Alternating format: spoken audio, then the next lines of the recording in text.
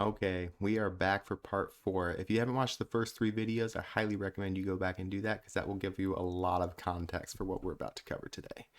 So basically, we're here to talk about Dolores' gift and whether or not she actually has a gift. We're going through the physics and the acoustics of hearing and speech to understand if she could actually hear the things that seemingly make her amazing in the movie. So in part 4, the question is whether or not Dolores could hear Mariano when he's making plans for his proposal to Isabella.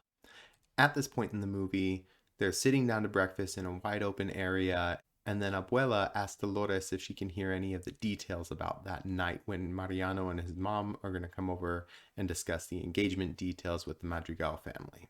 Dolores perks up, and then this happens. She says it's happening tonight and he wants 5 babies, which obviously is a little bit surprising to Isabella. So the question is, how loud was Mariano when he was telling his mom? And is that level audible to someone with normal hearing, or would you have to have a gift, a super hearing, to be able to hear that? So average conversational speech is about 60 dBSPL, but we learned from the final song, All of You, that Mariano talks so loud along with taking care of his mother and making her proud and all that other good stuff. So loud speech would be about 70 to 75 dBSPL at 1 meter away. So the next thing we have to take into account is when Mariano was telling his mom this, he wasn't 1 meter away from the Madrigal family who was having breakfast that day. He was likely far away in the Encanto or at his home or inside his home. So we don't really know where Mariano's home is, but we do have an idea of where he might have been in town. There's one scene during Isabella's song where he gets popped in the nose again by a flower that she grows, but there's a look back shot when Abuela looks back and sees Casita off in the distance. Now, based on the average height of the Colombian man, we could estimate that they're about 200 meters away from the Madrigal house at this point. And so, it's a little, this is speculation using 200 meters as a guesstimate, but we don't actually know where Mariano's house is. So this is as good as it's going to get. So at 200 meters, if it's 75 dB at 1 meter, at 200 meters, the sound decreases by 46 dB, leaving us with Mariano talking to his mom at a level of 29 dB. So is that audible to someone with normal hearing? Yes. That's not the whole story here. So when Mariano was talking to his mom, he probably wasn't outside talking about the number of children that he wants to have with his future wife. He was probably inside having that private conversation.